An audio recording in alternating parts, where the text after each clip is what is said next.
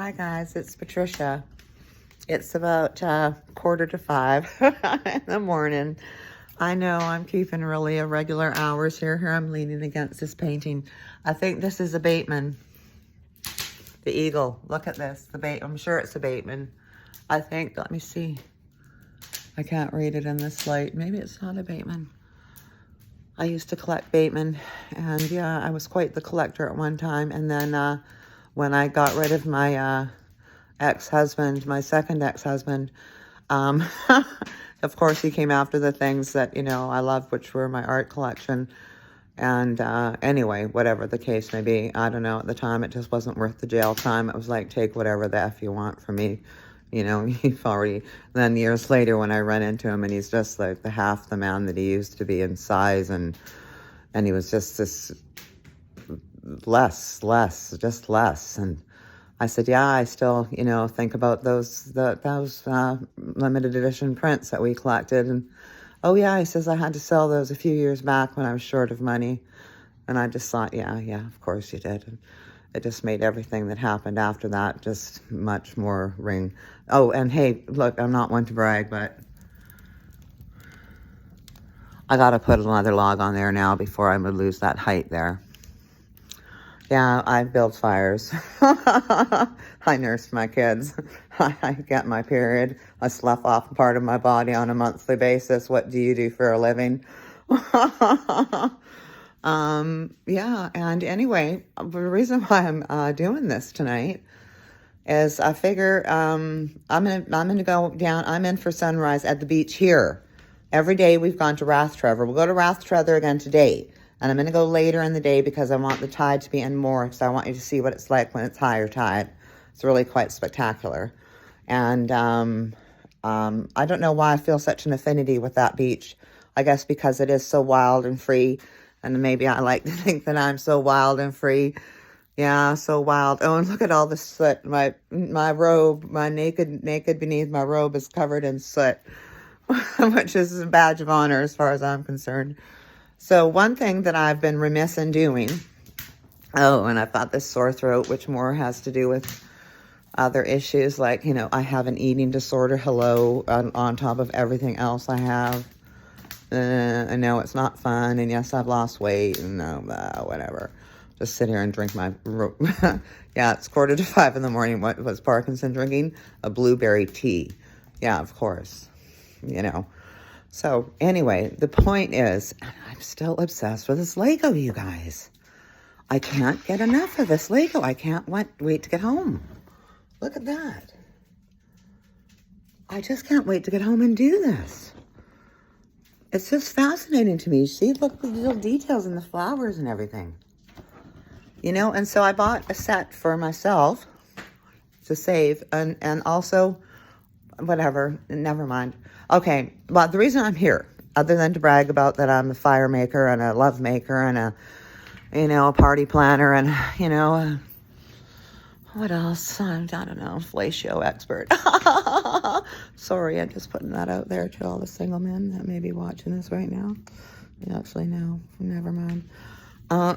As those of you who know me for any length of time, cheers, here's to us. Oh, that feels nice. I practice a gratitude journal on Facebook pretty much religiously every day for over 2 years. And with the intention of, you know, actually people say, do this, do that, practice gratitude, you know, okay, you know, go big or go home. You're either going to do it or you're not going to do it. So you're going to do it. And I have to say that the practice of my gratitude journals has completely changed my way of thinking about every single aspect of my life. Where I was once not two, but I can only speak for myself. You know, I was the first one to complain about traffic. I was the first one to complain about the line at the gas station or the cost of gas. Or, you know, why aren't the politicians doing something about potholes, or what, you know, what's really going on, what's happening to our parks, what's happening with our homeless. I was that person. And now I'm more of an action-oriented person.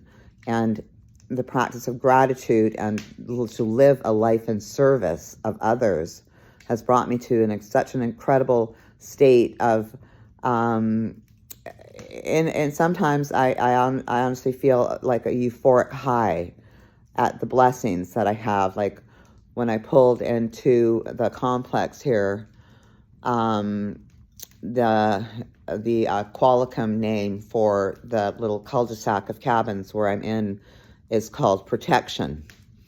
And the pair of jeans that I bought on the ferry, their name of them was a very close friend of mine, granddaughter. And you know the magic number 1111. 1111 is an angel number, and I look and it's 1111, and I know. And it's all just makes me tingly. It really does. And it's real. And it really is real. And when you start practicing gratitude, you are very general, and that's fine. The point is to do it. Oh, my log fell. Oh, I don't know. I'm going to need smaller pieces. Okay, I'll make this quick because I can't let that fire go out. I'm almost out of paper. Shit, I have to put a log on. So anyway, you're very general. I'm grateful for my family. I'm grateful for my country. I'm grateful for the sunshine. And that's fine. You just keep practicing. You didn't learn how to figure skate with those bloody pointy things in one day, did you, Parkinson? No, you didn't. Actually, you never did learn how to figure skate. You learned how to goddamn tap dance, so not sure how it's come in handy in your life, hasn't it? That was my dream, was to be a figure skater. To be like Dorothy Hamill and to spin around in the Hamill Camel and just be like this princess in Disney Stars on Ice. But it was not to be because of my knee injury from my attempt at being a ballerina when I was a little pudgy little one. But whatever. I wanted my little tutu. So back to gratitude. So you start this way, and I found somebody said, practice one grateful thing. One grateful thing is that's all you have to do. But I like doing 3 because you kind of are, what happens over the period of time, is you're peeling back layers and layers and layers of gratitude to when you're grateful. You're grateful for the leaves, for the feeling of the leaves on your hand when you walk beneath the tree and you raise your hand in the air. And my oak tree at the pool house, that was the love of my life at the time, that tree. It stood guard over my family, and I protected that tree, and the tree protected us. It kept us safe from the sun, and it spoke to me. And now I have a tree in my backyard that I call my dad. And I can't leave where I am because he's there, and he's bigger than life, as he always was in my life. And I've been very lucky with so many great things. But then you get to come down and you're grateful for the little ladybug that crawled across your hand, or the eyelash on your cheek that you made a wish on.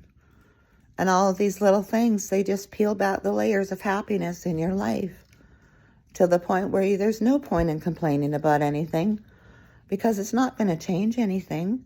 So you might as well look at it in a good light. Like today on Island Highway, which is equivalent to suicide.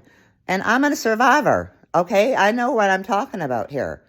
Geez Louise, I'm complaining about that. Parks and Rec and Department of Highways, they're hearing from Patricia Parkinson, let me tell you. And let me ask you, I know I've said this multiple times today, and I just can't stop moving, so don't say anything about it, please. It's a symptom of my anxiety. So just never mind. I'm losing weight, and oh, Lord. I bought a new fat wardrobe. I embraced my fatness, my new COVID 175 pounds. And I thought, okay, well, I need fat clothes, not fat clothes. Okay, that's what an awful degrading thing to say. I need just bigger clothes for my more voluptuous body. So, yeah, I got those, and now I don't know what I'm going to do with them. I don't know, whatever. I guess I'll keep them in totes with my other clothes. And this door, the door locks as soon as you walk out. The door closes behind you, and you're locked outside. So numerous times last night, I was locked outside when I went outside to smoke a joint and have a cigarette and then have a couple tugs on my glass of Pinot Grigio. And the door would just lock behind me, and of course I'm sitting out there naked beneath my robe, so I had to call the front desk 3 times. Hi, it's Parkinson in room number blah, blah, blah, blah, blah. I've locked myself out again. Please come and rescue me. So now we've got a system device, but I can't tell you what it is because it's a secret. Okay, don't you wish you were this happy? You can be this happy too if you move to Canada and become my friend, because my friends are happy because I'm happy, and we're all one big, partridge family. Okay, so this is, oh my God, okay, this fire, look at this now. See that? That's a wasted log now. Oh my God, the coals. Okay, now I need a smaller piece. Oh, that's too much bark. Oh, this is a good one.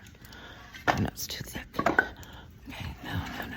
Okay, I'm gonna have to go with this. Jeez Louise, things I don't do to keep warm, let me tell you. And I ordered a bunch of house coats. They're gonna have, oh, sorry. Oh, and I'm saying sorry to wood. Oh, dear. Anyway, Yvette knows about me saying sorry to inanimate objects.